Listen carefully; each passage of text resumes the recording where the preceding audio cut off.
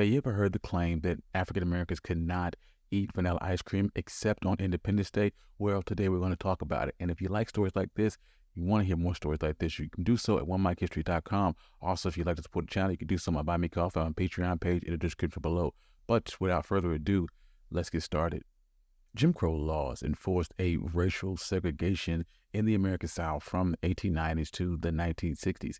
Named after Thomas Rice and his minstrel character, Jim Crow Rice, these laws were designed to maintain racial hierarchy, and the laws covered every aspect of Black life, from voting rights to public transportation, and were strategically designed to marginalize African Americans. The insidious impact of the system extended beyond legal restrictions, seeping into social norms and customs that enforced a rigid racial hierarchy.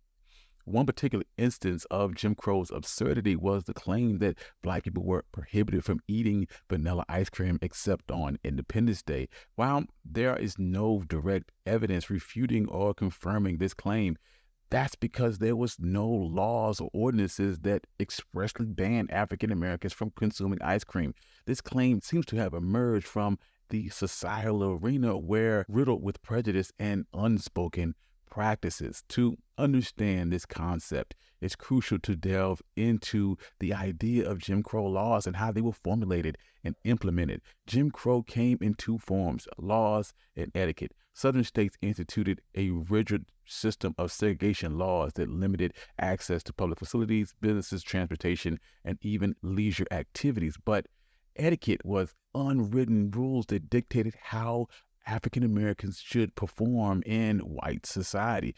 This varied from person to person, but some common norms was not being allowed to handshake a white male or display any friendly gesture to a white woman, avoid eating with whites, and if by chance they found themselves eating together, whites were to be served first.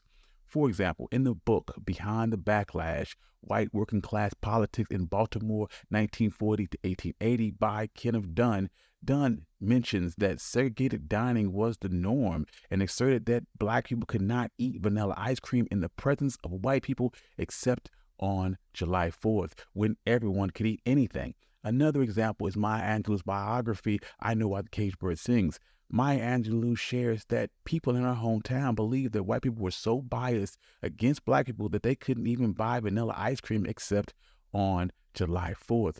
Additionally, ice cream parlors were a social hub for white Southerners and typically off limits to Blacks. If they were served at all, they were relegated to a separate window and prohibited from eating on the premises.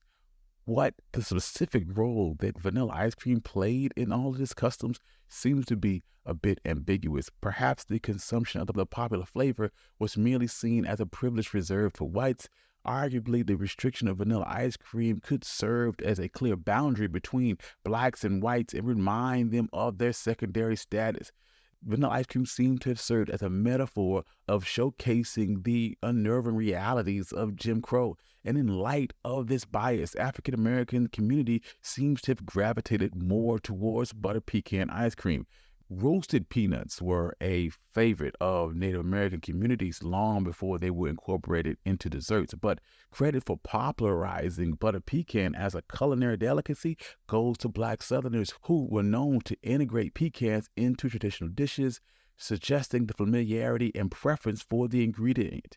During segregation years, pecans became an integral part of African American cuisine, especially in New Orleans. The city's cuisine was famous for their pecans, which was tossed with butter and brown sugar before being cast into many different culinary delights. This ultimately led to the introduction into ice cream as a way to implement more ice cream flavors.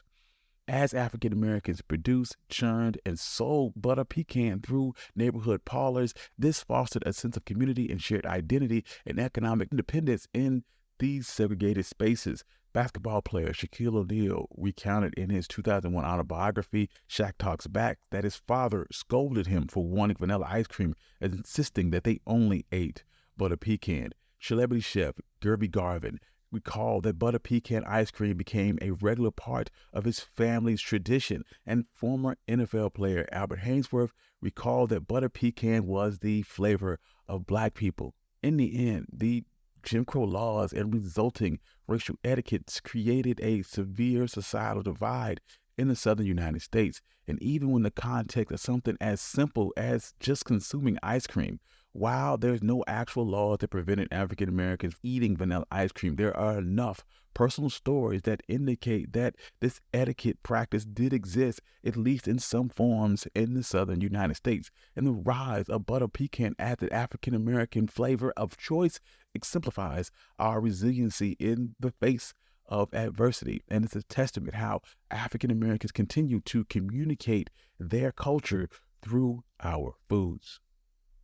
Thank you. This has been One Mike. I'm your host, Country Boy. If you like stories like this, you can find more stories like this at onemikehistory.com. If you'd like to support the channel, you can do so on my Buy Me Coffee on Patreon page in the description below. Give us 5 stars on Apple Podcasts and support the YouTube channel.